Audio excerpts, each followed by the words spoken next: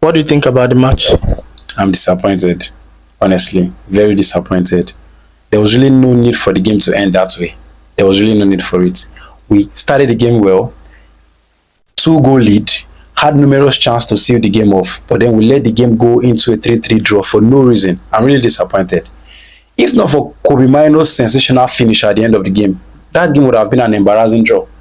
I'm disappointed, really. I'm not happy. This was not the performance I expected. Honestly, we have enough chance to rest. We had a good squad, a good 11 started the game. It's just bad, honestly.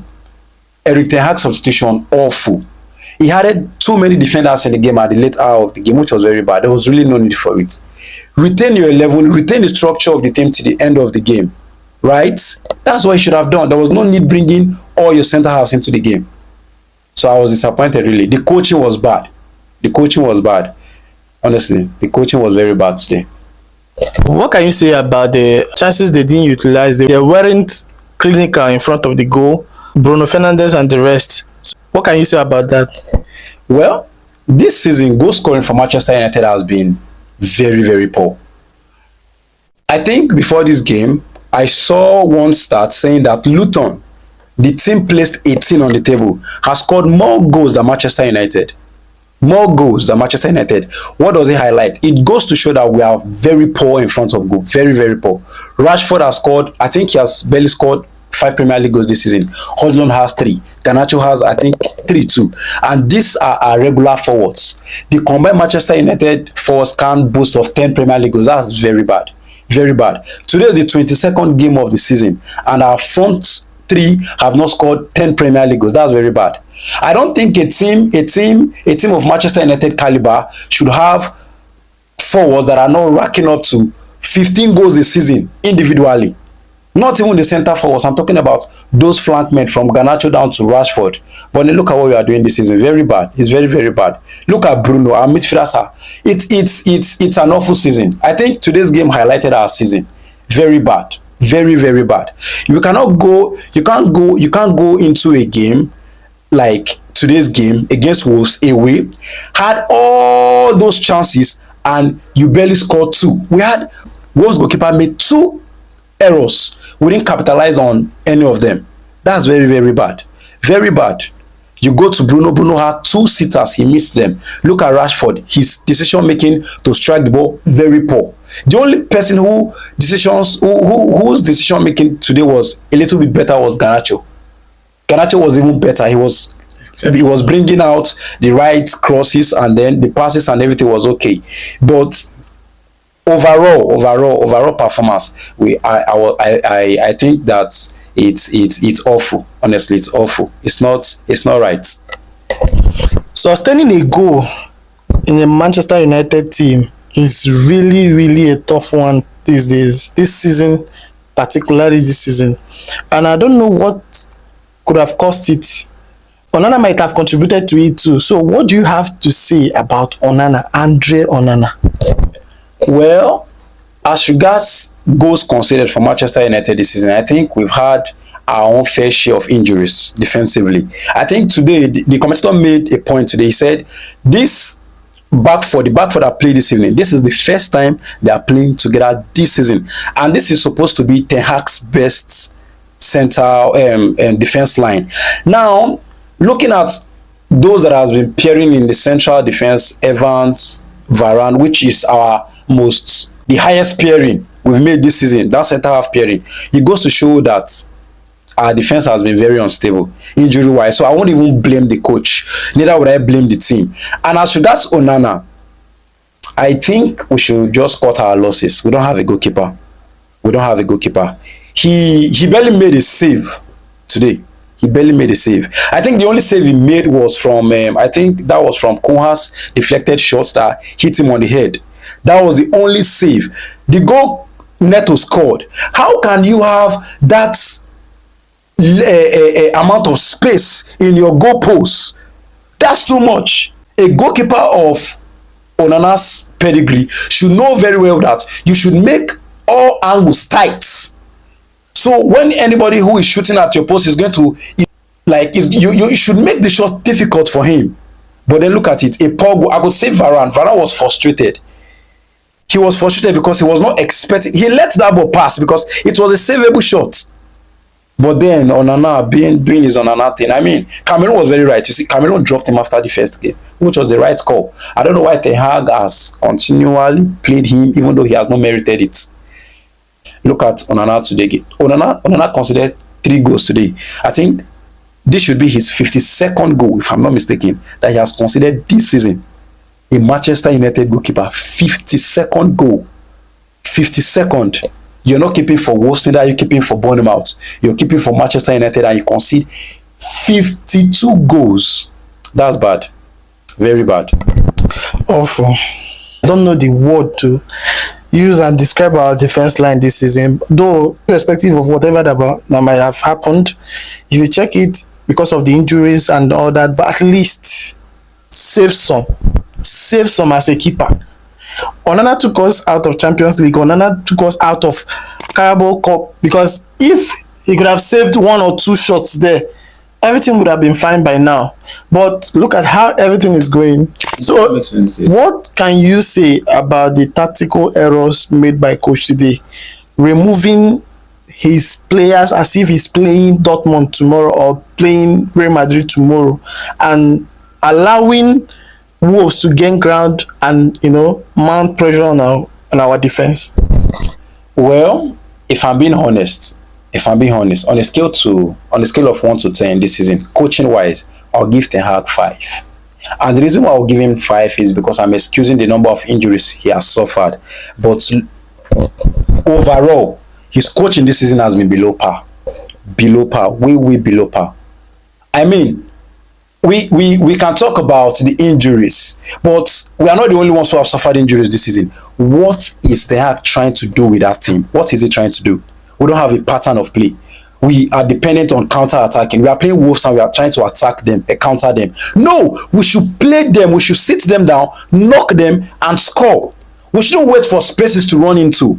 This is Manchester United, for God's sake. We have the player personnel are fantastic.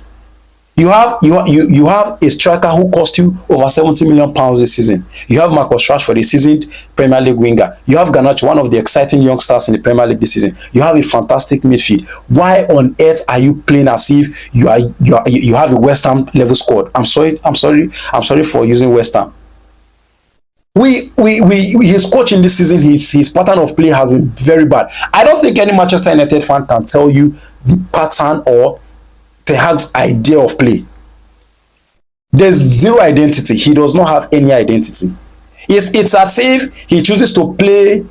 It's like the way he plays is opponent dependent.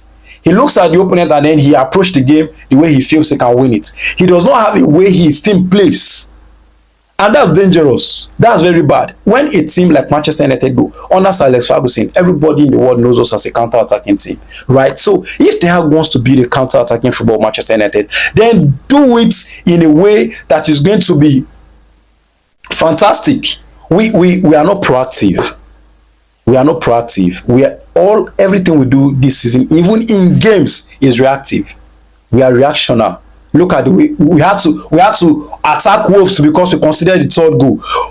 We are not even supposed to be on the back foot when the game was 3-2. We should continue to attack. Look at the substitutions. Why are you bringing 5 centre halves into the game? Why are you, for God's sake, why are you crowding the 18-yard box? Is he afraid of them? I don't understand. When you put too many centre halves in the 18-yard box, you create room for errors because Mr. A does not know where Mr. B is standing, and this allows for too many defensive traffic. Good positional play is enough to defend. You do not need to bring all of the centre halves. You had all our centre halves, bar Lisandro Martinez, who was injured. We have all our centre halves on the pitch, and we considered 2 goals with all of them on the pitch. That's very bad. The fact that we had to scrap for 3 points in a game where we comfortably led 2 goals. This is not the first time. We did it against Galatasaray. We did it against Copenhagen. That's very bad. Very, very bad. It goes to show that Ten Hag needs to be questioned. His coaching needs to be questioned. The mentality that he injects into that team needs to be questioned. When you are 2-goal up, you are supposed to control the game, control the way the opponents play, and score more goals. We cannot continue to play this way. We cannot continue. there was really no need for the game to end the way it ended. Honestly, it's very, very bad. I'm very sure nobody in that team is happy. Yes, the 3 point they had, it's cool. It takes all the bashing away from them. I mean, people will still bash them. I expect people to bash them, but at least it takes that a little bit of it gives them a little bit of room of air for ease. That's just it. Every other thing is just I know that's today is very bad, honestly. No Manchester United fan will go home happy. When Wolves pulled one goal back through a controversial penalty, we restored our 2-goal lead again. Why can't you protect that lead? How on earth can't you protect your 2-goal lead, knowing fully well that this is Wolves you are playing, and you concede the second goal, making it 3-2, putting yourself under unnecessary pressure? And Manchester United is not a good team under pressure. We break under pressure. Everybody knows that. I don't think there's been any time that we've been under pressure and we've not bent to pressure. And then we've not managed to control the game, and then we allowed Wolves back into the game. It's just bad, honestly. It's just bad. All right, quickly analyze Bruno Fernandes game, Casemiro's game, and Kobe Mino's game. Well, you see, one thing about Bruno Fernandes is that Bruno Fernandes' game is erratic. He's not. I don't want to like use words that is going to be harsh on him, but I think he lacks that coordination for a big team's midfielder. When you are playing a team like Wolves, there is a level to which you want to lose the ball. Good ball retention matters a lot when you are playing dangerous teams like Wolves, much more away. You understand? But Bruno Fernandes' game does not change. Whether he's playing Wolves or he's playing Real Madrid, he does not know how to be opponent dependent and operate on the necessity of the game. He loses ball the same way he will lose them against team like Luton. He plays the same way. It's just I think Bruno Fernandes is 28, right? But I don't think it's still late for him to undergo a lot of coaching about the way he plays his game. He needs to humble himself, take a midfield coach, reorganize the way he plays. He has fantastic sight for passes, but then his ball retention is very, very poor. Is very, very poor. And for Casemiro, I think for the majority of the time he was on the pitch, I think he was good. His ball tackling, positioning, trying to cover the defense was okay. It was actually because of Casemiro that Wolves were not able to penetrate that defense in the first half. Yeah. His positioning and the way he was, I think he even brought our area threat back. Those times in the game when we were crossing the ball, he was our most dangerous player area-wise. So I think today he was relatively solid. He was relatively solid. And for Kobe Mino is a generational talent. I don't think any Manchester United fan will look at Kobe Mino and not be happy for the future. He's composed, he's settled, he has good passes. He's the best. He's currently, I don't think there's any player his age that is playing the same level as him in the entire Europe, in the entire world. Honestly, he's just magnificent. You can see he took the game to by the neck, took responsibility. He dribbled past 5 Wolves players to score that goal.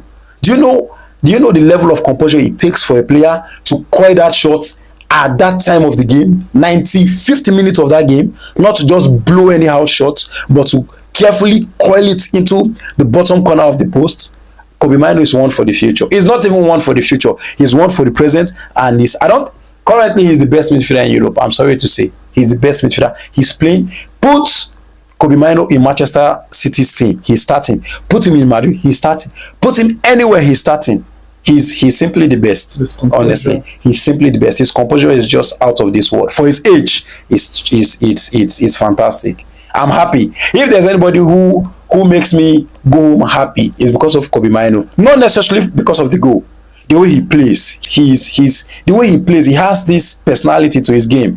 He's not scared. Charisma, fantastic. The way he plays, he's not scared, composed. He gives the pass the way he wants to give it. He doesn't apply himself to pressure.